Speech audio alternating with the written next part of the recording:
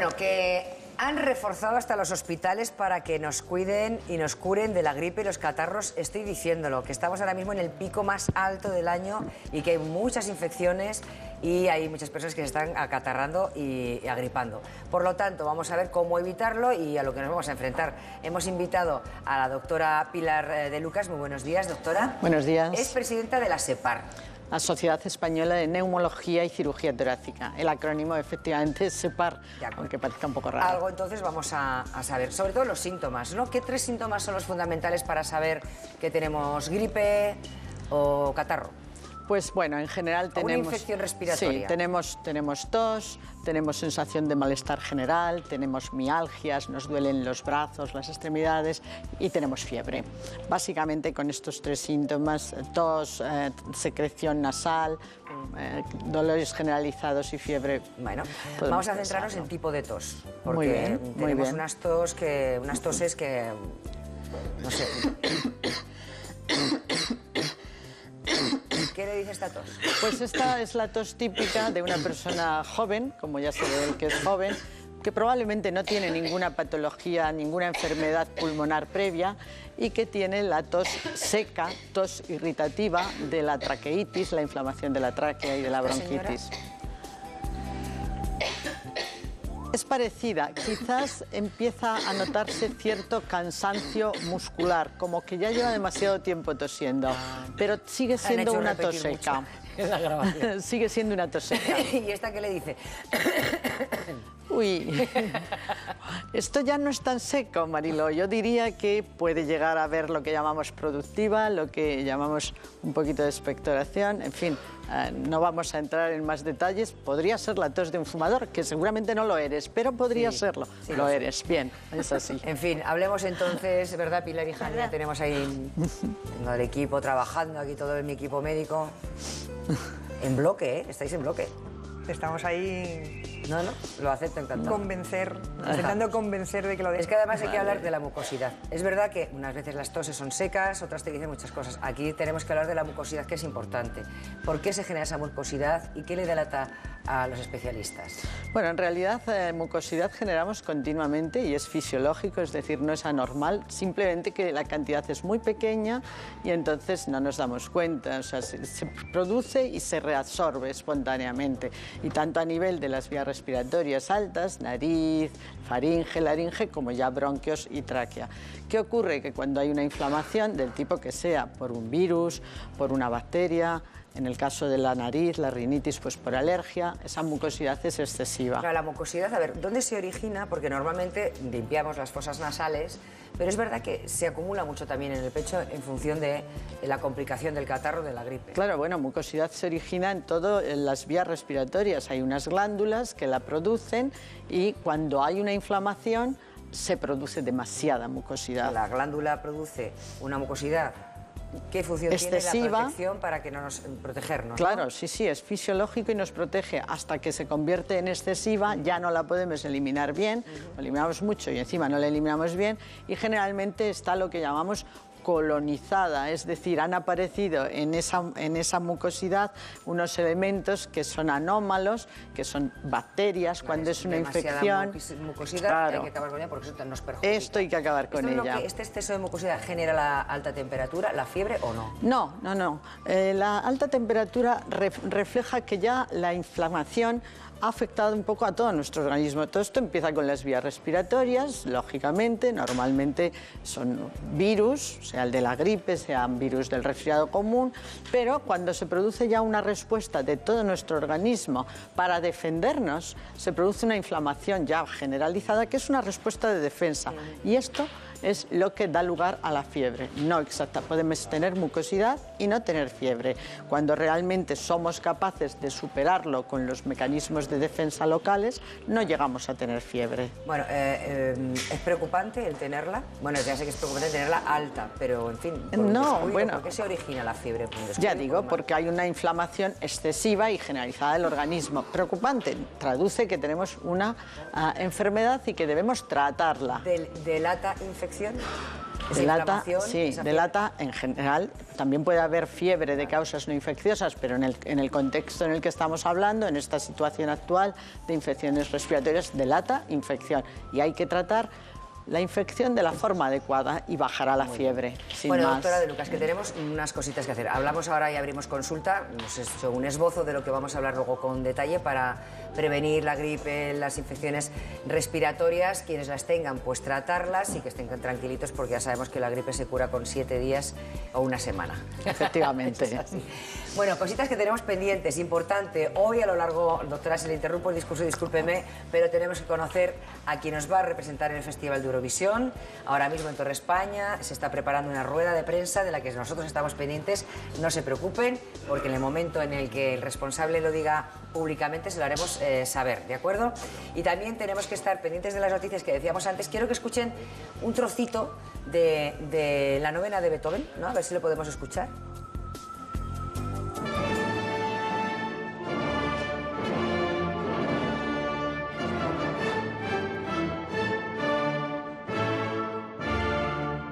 Vale. Podríamos estar mucho más rato, pero bueno, eso imagínense que es el latido del corazón. Pues a mí me sorprende mucho el estudio que han hecho en el que se desvela que Beethoven tenía arritmias y lo más gordo, Jota, es que compusiera a ritmo de su corazón obras suyas, maestras, por cierto, un genio. El equipo de cardiología de la Facultad de Medicina de la Universidad de Washington, que ha llegado a esa conclusión, ha llegado a la conclusión de que, claro, Beethoven, recuerden ustedes que él tenía sordera, pero fue avanzando hasta que se quedó totalmente sordo, no oía nada, y entonces composiciones como esta, del archivo sonoro que tenemos de Radio Nacional, las hizo en base a los latidos de su corazón. Eso es lo que han determinado. Vamos a volver a oír esa pieza que pedía Mariló, la novena sinfonía de Beethoven, y verán como, según los cardiólogos, esta composición era muy acelerada porque su corazón en ese momento estaba latiendo muy fuerte. Vamos a oírlo.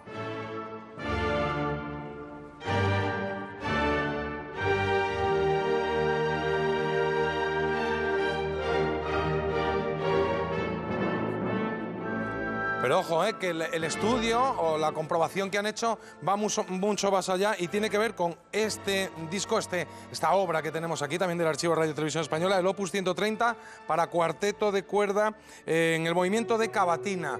Lo van a escuchar ahora para avanzarles. Hay un inicial con un ritmo muy lento, luego hay una pausa instrumental en la que escucharemos como una nota sostenida y luego continúa con otro ritmo totalmente diferente.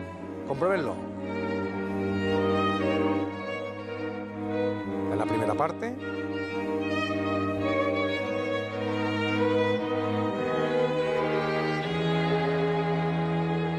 Y ahí queda, sostenida la nota, y vuelve con otro ritmo, en este caso diferente. Bueno, pues esto, para los estudiosos de la universidad, decíamos, de la Facultad de Medicina de la Universidad de Washington, los cardiólogos han establecido que este momento de esta cavatina fue una arritmia en el corazón de Beethoven. Curioso, ¿verdad?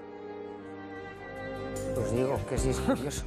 Es muy curioso. Pero hombre, si tenemos en cuenta que Beethoven, claro, tú bien decías que es sordo, pues no le llegaba estímulo desde el exterior y oía su corazón. Y si ese ritmo del corazón, sabemos que una arritmia es o bien un trastorno de la frecuencia, una taquicardia o una bradicardia, es una arritmia o una alteración en el ritmo, es decir, cuando no late rítmicamente el corazón, sino que cada latido va, bueno, pues un poco a su aire. Eso es, realmente sería, por ejemplo, una fibrilación auricular, es una arritmia por una alteración de ese ritmo. Bueno, pues afortunadamente hoy con un electro, que es lo que le están haciendo a este señor, podemos ver si el corazón late muy deprisa, si late despacito o si tenemos esa arritmia. También es verdad que hay veces que con un electro no se ve nada. En el momento que nos hacen el electro tenemos un ritmo normal y nos tienen que hacer un Holter, es decir, una medición de nuestro ritmo cardíaco durante 24 horas para ver si en algún momento del día tenemos una alteración del ritmo.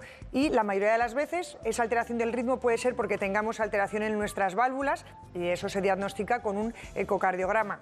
evidentemente Beethoven no tenía acceso a todas estas... No tenía ni idea, ¿no?, de la existencia de las arritmias. ¿El qué, perdona? Que entonces no se tendría ni idea de la existencia. Hombre, realmente, es decir, si él hubiera ido al médico y el médico le oye el corazón, evidentemente los médicos de antes, igual que los de ahora, lo diagnosticaríamos oyendo simplemente el latido del corazón.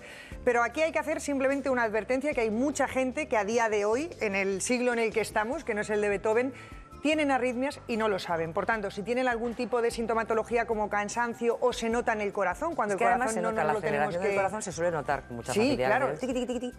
Pues cuando tengan algún tipo de esos síntomas, notar el corazón, notar palpitaciones, sensación de cansancio, bueno, pues no está de más ir al médico de familia en el primer escalón y nos lo puede diagnosticar y nos lo puede tratar. Muy bien. Bueno, pues entonces que hay que tener cuidado con las arritmias y saber que las padecemos para poder evitar, porque eso se complica, ¿no? En caso poder evitar, pues incluso un infarto o una muerte súbita, fulminante, exactamente. O sea, aunque no es lo más frecuente, no es lo más afortunadamente. Pero... Hombre, no nos vamos a poner en lo peor, no, ¿sabes? Por supuesto. Bueno, vamos a ver, seguimos pendientes de lo que pasa en Torre España para conocer al representante de Eurovisión y mientras tanto vamos a conocer nosotros el trabajo que ha hecho nuestra compañera Isabel Otero, porque ha estado con personas que tienen enfermedades. Bueno, vamos a retomar entonces ejercicio, que es muy importante para evitar el catarro. No cualquier ejercicio, ¿eh? Fíjese qué ejercicios le han dicho a Isabel Otero que tenemos que hacer para eso.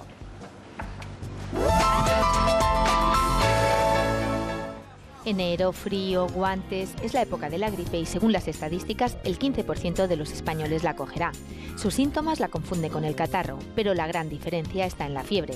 La gripe sí tiene, mientras que un resfriado provoca febrícula, es decir, hasta 37,9 grados. Solamente he cogido una y mira cómo estoy, fatal. ¿Y cuánto tiempo está durando? Lleva 4 días ya. ¿Y tú qué crees, que es gripe o catarro? No, es gripe porque no llueve. Estornudo, que toso, que moqueo y todas esas cosas. ¿Cuántos catarros coge al año? Pues como 3 o 4 y me duran bastante. Son muy resistentes en la época de hoy y los antigripales no funcionan muy bien.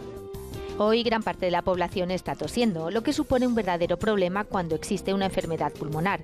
Precisamente para conocer la edad pulmonar ha llegado a algunas farmacias una prueba que en tan solo 6 segundos es capaz de determinarla. Con esta valoración farmacéutica podemos derivar al médico para que sea él el que haga un diagnóstico adecuado, pero podemos encontrar a esos pacientes que aún no están diagnosticados y que tienen un factor de riesgo. Y además de eso, pues nos va a servir para controlar la evolución del paciente de tal manera que vamos a poderle realizar y administrar una serie de cuidados preventivos que van a impedir que la enfermedad avance de manera muy rápida. Les vamos a mostrar un arma para luchar contra los virus. Es el ejercicio físico. Ya estaba demostrado que es eficaz para mejorar nuestro sistema inmune, pero ahora un estudio español confirma que el ejercicio de fuerza triplica la efectividad de la vacuna antigripal. Se hicieron pruebas durante 3 meses a remeros y comprobaron que después de haberle puesto la vacuna antigripal se hicieron 2 grupos, uno el de resistencia cardiovascular y otro el de fuerza. Y se comprobaba que los de fuerza aumentaron su sistema inmunológico 3 veces por encima de resistencia cardiovascular. Estamos haciendo un ejercicio de fuerza muy básico, son los fondos de brazo. Los fondos de brazo trabajamos los músculos pectorales, del tríceps anterior y el tríceps. Tenemos esta variante con las rodillas apoyadas, que es muy fácil porque tenemos que acercar el pecho y el abdomen hacia el suelo sin dejar bajar la cadera para apretando el abdomen y para no debilitar la zona lumbar. O la opción difícil sería con las rodillas elevadas, igual hay que apretar mucho más el abdomen para mantener el cuerpo completamente en línea, cadera y hombros. Aunque los expertos recomiendan combinar los 2 tipos de ejercicio. Una persona de más de 50 años que sea sedentaria y que no tenga demasiado sobrepeso, porque habría que valorarlo, debería ser 3 a 4 veces ejercicio aeróbico y 2 veces aproximadamente ejercicio muscular. Está haciendo un ejercicio de resistencia cardiovascular. Es un ejercicio que se puede utilizar tanto para calentar al principio de la actividad o durante tu actividad, cuando vas a empezar, cuando te levantas por la mañana, puedes empezar a hacer este tipo de ejercicio. Puedes hacer elíptica si vas a un gimnasio o andar por la calle, es un buen ejercicio cardiovascular. Que no se estresen, porque el estrés sí que interviene en el sistema inmunológico muchísimo. Se comprueba, hay estudios que demuestran que el sistema inmunológico baja cuando el estrés emocional es muy alto. Yo voy al gimnasio y hago frontón y fútbol y natación y me va bastante bien y no tengo gripe gracias al deporte. En España se vacuna contra la gripe el 60% de la población, aunque hay remedios para todos los gustos. ¿Sueles resfriar mucho? Poquito, porque me estoy cuidando más o menos en invierno. Estoy tomando por la mañana un poco de vodka con miel y limón, macerado, un chupito muy bueno. ¿Y con eso no te pones malo? No, en nuestro país en general así se utiliza y pasamos muy bien. Nos ha dejado un poquito sorprendidos, ¿no? ¿Doctora? Un poquito, efectivamente. Un poquito fuerte, ¿no? Sí, efectivamente, un poquito fuerte. Bueno, ¿cuáles son las personas que tienen riesgo? Estaban comentando que el estrés afecta también mucho a la infección de las vías respiratorias, pero las personas que tienen mayor riesgo son estresados, ¿por qué? ¿Y quién más? Hombre, yo creo que el estrés afecta, pero yo creo que aparte de los estresados, yo diría que las personas que tienen más riesgo son las personas que tienen enfermedades previas. Entonces, las personas que tienen enfermedades respiratorias crónicas, enfermedad cardíaca crónica, enfermedades que te deprimen inmunológicamente. Hay grandes causas de inmunodepresión, todos sabemos, trasplantados, personas con inmunodepresiones primarias, pero también hay otras causas menos conocidas, como los diabéticos, enfermos renales crónicos, que todos tienen un bajo nivel de inmunológico. Entonces, estas son las personas de mayor riesgo, enfermedades crónicas. Cierta vulnerabilidad. Claro. Porque ¿la infección cómo se produce? La infección se produce de la forma más lógica. Entra al respirar por las vías aéreas. Estos microorganismos, los virus, que son partículas muy pequeñitas, están en suspensión, sobre todo en suspensión dentro de esas propias gotitas microgotitas de saliva que nosotros eliminamos al toser, al estornudar, y entonces las inhalamos. Inhalamos aire e inhalamos una gran cantidad de partículas infecciosas, efectivamente. Hablaremos de los contagios. Entonces, esa bacteria, ese virus está entrando en el organismo. Exacto. Y ahora ahí tienen un papel fundamental las mucosas, ¿no? Claro, lo más habitual es que nuestro propio sistema inmune, y primero, antes de que aparezcan las células, la barrera mecánica, las mucosas, el moco, los cilios, que son, como diríamos, unos pelitos muy finitos que tapizan todas nuestras vías respiratorias y que están continuamente moviéndose, como batiendo, haciendo un batido, pues generalmente esas barreras mecánicas son suficientes para eliminar todos estos gérmenes de nuestro moco y no pasa nada, ahí se queda todo, o como mucho tenemos rinitis, estornudos, un poquito de tos.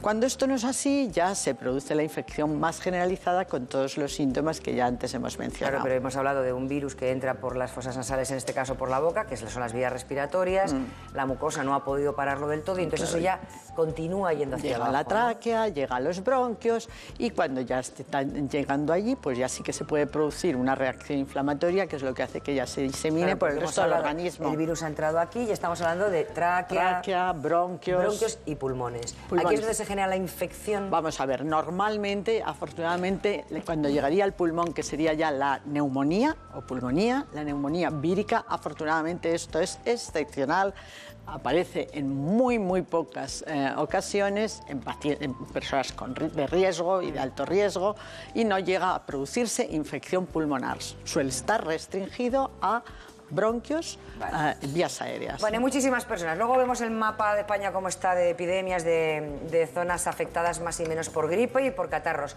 Tenemos muchas llamadas, doctora. Bueno. Felicidad, buenos días. Buenos días. ¿Cómo está usted? Bueno, hoy de momento no estoy muy mal. ¿Por qué? ¿Tiene ya gripe o qué? No, gripe no. Yo lo que cojo son unos catarros muy fuertes. Ajá. Soy asmática. Entonces, en esta temporada no me libro de coger de 3 bronquitis, no me libro. Mire que tengo cuidados excesivos ya, no sé qué hacer para no cogerlos, pero los cojo. O sea, que se acatarra mucho, con mucha frecuencia, tiene asma. Mucho. ¿Qué más información le hace falta, doña Pilar? Bueno, ella ya lo ha contado bastante bien. Yo le preguntaría, porque es muy importante, cuando está con estas bronquitis, ¿nota más fatiga y, sobre todo, nota ruidos en el pecho? Es decir... Sí, claro. Me mandan los aerosoles estos con mascarilla que le ponen. Incluso algunas veces he tenido que ingresar en el hospital, me han tenido que enchufar a la máquina 3 o 4 horas, porque el oxígeno me baja y bueno, es que ya no sé qué hacer. Bueno, a ver qué le podemos aconsejar. A ver si se puede, Felicidad, acabar con esos catarros recurrentes que le repiten constantemente. Bueno, lo que tiene que hacer Felicidad... Perdón. Lo que tiene que hacer Felicidad es, en primer lugar, y doy por sentado que usted lo hace, el asma es una enfermedad que hay que tratar de continuo, no solo cuando se tienen síntomas o más síntomas, sino que probablemente su médico de atención primaria, quizás un neumólogo, le ha puesto ya un tratamiento permanente con broncodilatadores y sobre todo con corticoides inhalados, y que esto lo tiene usted que hacer durante todo el año, sin dejarlo ni un solo día. en la forma en que le hayan dicho, que puede ser una vez al día o 2 veces al día. Esto va a hacer que su asma esté mejor controlada. No obstante, y por supuesto, segunda cosa que ha de hacer, vacuna, la vacuna antigripal, que probablemente también usted se ha puesto, y sería también recomendable la vacuna neumocócica, la vacuna antineumocócica, pero por supuesto sobre todo la gripal. Asumiendo que todo esto lo hace, va a tener de vez en cuando agudizaciones. En esas agudizaciones, en estos agravamientos de sus síntomas, lo que hay que hacer es, básicamente, en su caso, reforzar el tratamiento de los broncodilatadores y los corticoides inhalados. Cintia, hemos recibido su email desde Holanda, cosa que nos congratula, nos hace muchísima ilusión, porque siempre hablamos del canal internacional, pero que encima recibamos preguntas desde, en este caso, Holanda, pues es ilusionante, está muy bien. Cintia tiene 50 años, supongo que será importante que sepa la edad, y dice que le acaban, he resumido el email, Cintia, dice que le acaban de diagnosticar una enfermedad pulmonar obstructiva crónica, dice que solo tiene un 40% de capacidad pulmonar, por lo tanto dice que le falta el aire, que duerme muy mal, tiene molestias, no exactamente dolor, pero sí siente presión y además está bastante desanimada. Bueno, lo más importante, en primer lugar, bueno, hay muchas cosas, pero no tiene por qué desanimarse. Es verdad que tiene una EPOC, una enfermedad pulmonar obstructiva crónica, y que es ya una EPOC grave, puesto que tiene una reducción de más del 50% de su capacidad de echar el aire, supongo. Con lo cual es grave, pero también es verdad que hoy en día tenemos un tratamiento muy eficaz, que se parece al del asma, aunque es distinto. Utilizamos diferentes formas de inhaladores. Este tratamiento son sobre todo broncodilatadores, es decir, se hace por vía inhalada, llamémosle nebulizadores, aerosoles, y lo que hacen van a dilatar los bronquios, ensanchar esos bronquios, con lo que el aire entra y sale mejor. A veces también, cuando ya es una reducción tan importante, lo combinamos también con corticoides inhalados que quitan la inflamación de la vía aérea. Aquí estamos viendo pacientes con bronquitis crónica y además hay un porcentaje importante, bien controlados, mal controlados, 50-50. Sí, aunque quizás para mí lo más importante es que el 75% de nuestros pacientes están sin diagnosticar. Esto sí que es tremendo. Tenemos un 25% de diagnosticados y debo decir algo positivo, y es que en este estudio que hizo SEPAR, de estos pacientes diagnosticados, la mayoría estaban bien tratados. Más del 80% recibían un tratamiento correcto. Bueno, me imagino pero que también... es verdad que muchos siguen teniendo síntomas. Tenemos que ver la medicación. Estábamos viendo que las personas de riesgo también eran polimedicados. Sí. La medicación para controlar los catarros y las gripes. Sí. Y vienen muchos a la farmacia y vienen pues, con unos trancazos, unas toses de estas de perro, como decíamos cuando éramos pequeños. Es que tengo tos de perro. Bueno, entonces cuando llegáis a la farmacia y llegáis así desesperados, os empezamos a hacer preguntas, no queda más remedio, porque cada jarabe va para una situación distinta. Y os lo voy a explicar. Por ejemplo, los mucolíticos. Cuando tenéis todo ahí en el pecho agarrado y es una tos de esas que se nota que tiene moco, ¿cómo actúan los mucolíticos? Lo que hacen es fluidificar el moco. Entonces lo hacen más liquidito, para que lo entendáis. ¿Para qué? Para que cuando tú tosas, ¡bumba!, salga fuera y lo puedas sacar fuera. De eso se encarga un mucolítico, fluidificar, nada más. Luego tenemos los expectorantes. ¿Qué hace el expectorante? Ayuda a ese moco que está por ahí perdido a que salga fuera. Los expectorantes lo tenemos en forma de jarabes, lo tenemos en forma de sobres. Pero son también una buena ayuda cuando el moco no está muy abajo, cuando el moco está más bien alto. Y luego tenemos los jarabes para la tos. Los jarabes para la tos, la clorpedastina, yo lo estaba comentando con la doctora Lucas antes, la usamos para gente, a mí por lo menos me gustaba mucho usarla para gente que tienen alergia estacional, ¿no? Tienen una tos muy tonta y les cuesta mucho quitarla. Y ella me comentaba que lo utilizan para después del proceso catarral, cuando te queda una tos también tonta. Entonces la clorpedastina va muy bien. Pero luego también tenemos el dextrometorfano. Es una sustancia que va al cerebro y que funciona. La codeína, olvidaros, porque ya está retirada prácticamente y ya se utiliza en casos muy, muy especiales. ¿Y por qué no? Pastillas para la tos que te pueden ayudar a quitar la tos porque tienes la garganta mal, como es el flurbiprofeno, como son los antisépticos bucales que llevan lidocaína y te van a quitar ese dolor de la garganta. Pero muchas veces me venís y me decís, es que no quiero nada que tenga medicación, yo prefiero algún producto natural, sobre todo cuando tenéis niños y tal. Bueno, claro que tenemos jarabes de productos naturales. Mirad, está uno que a mí me gusta mucho, que es Llantén con Grindella. Lo que hace el Llantén... ¿Cómo es Llantén, es una planta. Entonces, lo que hace el Llantén, Marilo, que lo vas a entender perfectamente, aparte de dar humedad, que es muy bueno dar humedad, lleva mucílagos. Entonces, se pegan en las paredes del aparato de las vías respiratorias altas y evitan que esas sustancias que antes veíais en el infográfico que entraban y que provocan la tos y que provocan irritación, pues evitan que entran. Esas sustancias irritantes no van a irritar en la pared porque está ahí el llantén pegadito y no le va a dejar actuar. Y luego la Grindella lo que hace es de expectorante. Vale, y ahora vamos a hablar de los anticatarrales. ¿Qué diferencia hay con los anticatarrales? Mirad, es muy tonto y lo vais a entender corriendo. Anticatarral es a base de paracetamol o a base de ácido acetilsalicílico. Unos llevan antihistamínicos para quitar el lloreo de los mocos y el lloreo de los ojos, y otros llevan también efedrina para quitar, que son vasoconstrictores, para quitar el moco, ¿no? Unos llevan más una cantidad de uno, más de otro. Hay quienes también les añaden dextrometorfano para la tos, pero los anticatarrales se basan en eso. Entonces, por eso cuando venís os preguntamos, porque dependiendo si tienes mucho moco, si tienes lloreo, si toses, dependiendo de la sintomatología que nos digáis, nosotros os damos un anticatarral, os damos otro. Bien. Ahora, si es una gripe, olvidaros, paracetamol y punto. No hay otra cosa. La gripe son lo que tú has dicho antes, Mariló, sí, 7 días. 7 días. Es otra cosa. Yo no sé, bueno, la gripe, yo no sé si es más molesto el catarro, fíjate, pues estás ahí, que son días y días con constipado, pecho, estornudos, mocos, en fin, un lío. Para todo hay. Bueno, ¿qué hacemos aquí en consulta? Hoy queremos que con la doctora Pilar de Lucas nos hagan una espirometría. Para eso tenemos a Patricia. Muy buenos días, Patricia. Buenos días. Vamos a ver cómo es su capacidad pulmonar. ¿Tiene buena fama o no? Bueno. ¿Cómo andan sus pulmones? Tengo asma, entonces... ¿Ah, sí? Sí, un poco. ¿Y qué capacidad tiene? Bueno, yo creo que un 80. ¿80? Sí. Pero bueno. Bueno, un asmático debe tener, si está bien controlado, un asmático debe tener una capacidad pulmonar normal. Normalmente hablamos de la cantidad de aire que somos capaces de exhalar, debe estar por encima del 80. Los asmáticos bien controlados han de tener una función normal. Bueno, pues vamos a ver ahora qué es la prueba, cuál es la prueba médica que se hace para ver la capacidad que tenemos en los pulmones, ¿no? Es una prueba muy sencilla, la espirometría, que además es fundamental para diagnosticar. Ya hemos visto antes que las tasas de diagnóstico eran muy bajas en nuestro país, de POC y también de asma. Vamos a ir haciéndolo. Con la espirometría, nuestra paciente, si somos capaces de colocar correctamente la boquilla, que parece que estamos teniendo problemas, muchos soy problemas. de Navarra, le puedo ayudar, ¿eh? Vamos a ver. Las cosas no entran. Ya. Un navarro. No están entrando, ciertamente no están entrando, pero bueno. ¿Este es más estrechito? A ver. No, son iguales. Bueno, entonces, esto es, ¿por qué es tan importante conocer la capacidad? Lo primero que hay que hacer es conocer el espirómetro. Nosotros acabamos de conocer el espirómetro. Y este es nuevo, ¿no? En este momento, efectivamente, porque la espirometría es muy sencilla. ¿Y por aquí no, tiene que ser por aquí. Tiene que ser por aquí.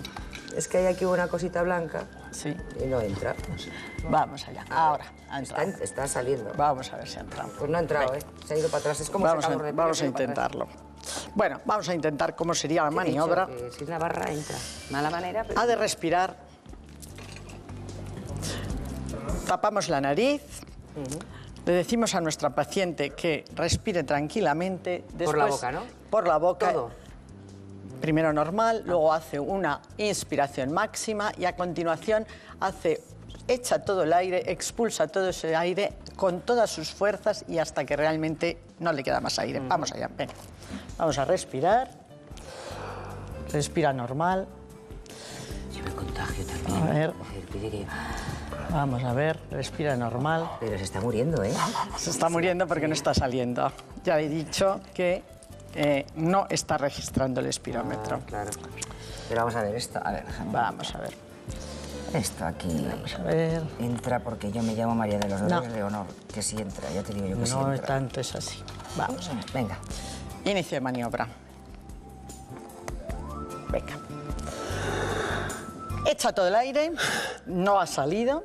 Seguiríamos echando. Esto sería una espirometría y no estamos obteniendo un registro adecuado. No, vale. Porque entonces está chungo el cacharro, efectivamente. ¿no?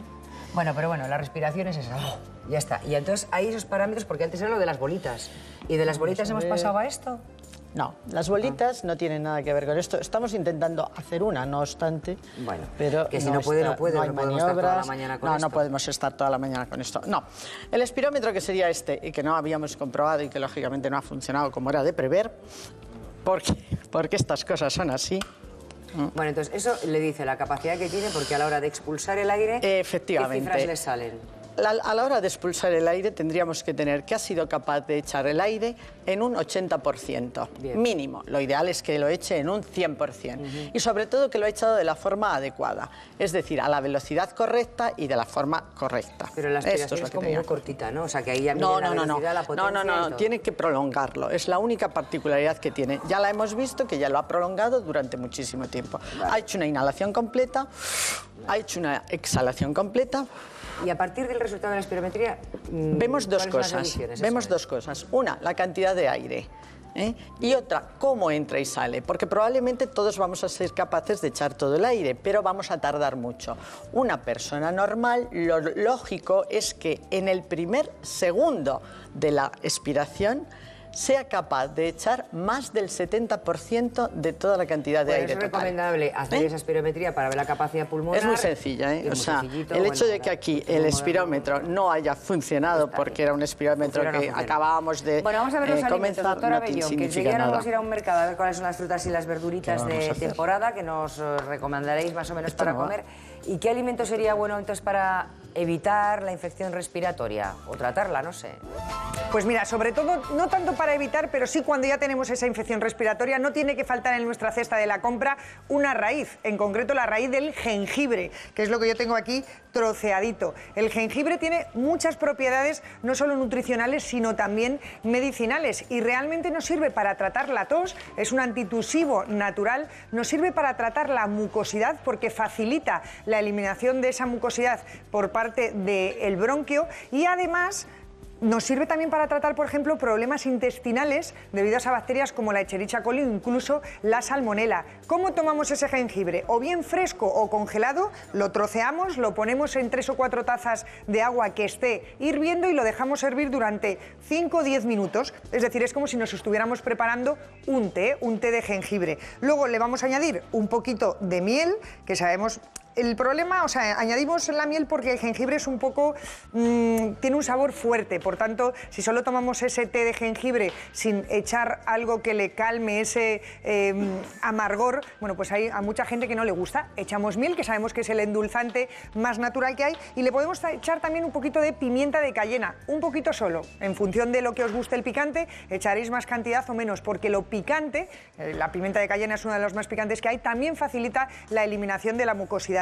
Si tenemos, por ejemplo, problemas intestinales, podemos tomar de 3 a 4 tazas de este té de jengibre al día. Eso en cuanto a las infecciones respiratorias, pero otros alimentos que no tienen que faltar ni en nuestra cesta de la compra ni en nuestro día a día son las legumbres, la gran familia de las legumbres. Sabemos que cuando hablamos de legumbres siempre pensamos en judías, en lentejas, en garbanzos, y muchas veces se nos olvida que la soja también es una legumbre, o los guisantes y las habas también se consideran legumbres. Tienen, bueno, no están tan secas, tienen más agua, tienen menos calorías, pero son legumbres. ¿Qué nos aportan? Fundamentalmente nos dan hidratos de carbono, nos dan proteína, y además una proteína de muy buena calidad, porque si la combinamos con cereales, como por ejemplo con arroz, tenemos una proteína completa. Tiene todos los aminoácidos, tanto los esenciales como los no esenciales. Hay una legumbre en concreto que es la soja, que es esta que tengo aquí, que por sí misma ya tiene todos los aminoácidos, tanto los esenciales como los no esenciales. Por tanto, la soja no habría que combinarla con cereales para tener una proteína completa. ¿Qué ventaja tienen? Que nos van a proporcionar muy buena proteína sin colesterol, cosa que, por ejemplo, las carnes nos dan proteína, pero también nos aportan colesterol y nos aumentan las grasas saturadas. Y otra ventaja muy importante, que nos aportan mucha fibra, sobre todo ahí las campeonas, son las judías, y las judías blancas. Minerales también nos aportan hierro, magnesio, calcio, y cuando yo hablo de hierro siempre pensamos en las lentejas. Bueno, pues resulta que las lentejas tienen la fama, pero realmente los garbanzos, por ejemplo, nos aportan más hierro que las lentejas, o incluso también las habas nos aportan más hierro que las lentejas. Y decías antes, Mariló, que había una noticia que a más consumo de fibra hacemos que haya menos riesgo de muerte prematura. por cada aumento de 10 gramos en el consumo de fibra disminuimos un 10% el riesgo de tener una muerte prematura pues, por enfermedades cardiovasculares. Por tanto, si a las legumbres le añadimos, por ejemplo, de postre, le añadimos una fruta y junto con la legumbre tomamos una ensalada, ya estaríamos ahí aumentando en 10 gramos la cantidad de fibra, por tanto estaríamos disminuyendo nuestro riesgo de morirnos tempranamente, que eso no lo queremos nadie, ¿a que no? No lo queremos nadie. Mira, Ana, vamos a ver ahora en directo, en un mercado, que hemos elegido el de San Gonzalo de Sevilla, donde está José Carlos. Y José Carlos, ahí en el mercado nos tienes que decir cuáles son las frutas y las verduras de temporada, y también ahora la doctora Bellón lo podrá completar diciendo cuáles son sus beneficios. ¿Qué tal? Pues los voy a enseñar en unos minutos, Mariló. Como tú bien decías, mercado de San Gonzalo, en pleno barrio de Triana, un mercado de toda la vida, y nos hemos acercado pues a esta frutería, a este puesto de frutas, puesto de Fran, pues que lleva toda la vida, para que él nos explique, él que es experto en la materia, pues precisamente eso, cuáles son las verduras y las frutas de temporada, esos alimentos que nos pueden aportar pues ese aporte, ¿no?, de fibra tan importante. Si te parece, Fran, buenos días. Vamos a empezar por las verduras. ¿Qué verdura podemos comprar que estén de temporada y que nos den esa cantidad importante de fibra? Ahora mismo en invierno lo mejor que hay, lo que está de temporada es la coliflor, los brócolis, la alcachofa y la haba, los guisantes, es lo que está ahora mismo de temporada, que es la verdura de invierno.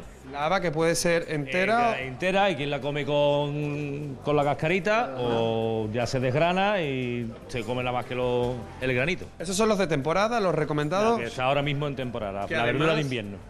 Vienen de aquí cerca, estamos en Sevilla, en el centro. Claro, esto o de la campiña, de la zona de la campiña cantillana, o ya la zona de las Arafes y hasta Huelva, por ahí. Pasamos a la fruta, si te parece. Muy bien. Una clara protagonista, me comentabas, ¿no? A ver, ¿qué podemos comprar fruta de temporada? Naranja, lo mejor que te puedes comer ahora mismo. Nos acercamos por aquí. Pues hay naranja de comer, hay mandarina, hay naranja de zumo también, que ahora mismo es la reina de la fruta en invierno, claro. ¿Y de dónde vienen estas naranjas, estas mandarinas? Estas son todas de las Arafes, de Villanueva de Arisca. Además, de tu padre, o sea, que vienen de propia cosecha, ¿no? Eso es cosecha propia todo. Además, nos comentaba un dato que considero, bueno, pues que también es importante. Hablábamos de las naranjas, ¿no?, en todas sus variedades. Sí, pero me decías tú que mejor comida que tomada en zumo. Para la fibra sí, porque te comes la pulpa. Y en la pulpa va mucho aporte de fibra. El zumo es muy bueno, por supuesto. José Carlos, claro. Y tiene fibra, pero claro, si desechas la pulpa, pues eliminas mucho. Claro. Ahí tienes razón. Ese detalle importante. Él tiene razón, porque la doctora Bellón siempre insiste en que hay que comer la pulpa de las frutas porque es donde hay muchísima vitamina. Es donde está toda la fibra, y además en lo blanco hay flavonoides que son buenos, por ejemplo, para la circulación. O sea, no hay que tirar nada. Está muy bien, además hidrata, eso nos viene muy bien. De la hidratación también tenemos que hablar con la doctora de Lucas, porque para los pulmones es muy bueno, digo yo, los zumos de naranja, agua. Es fundamental. Sopa, aquí tenemos, por ejemplo, sopita, tenemos agüita. La sopa calentita es ideal.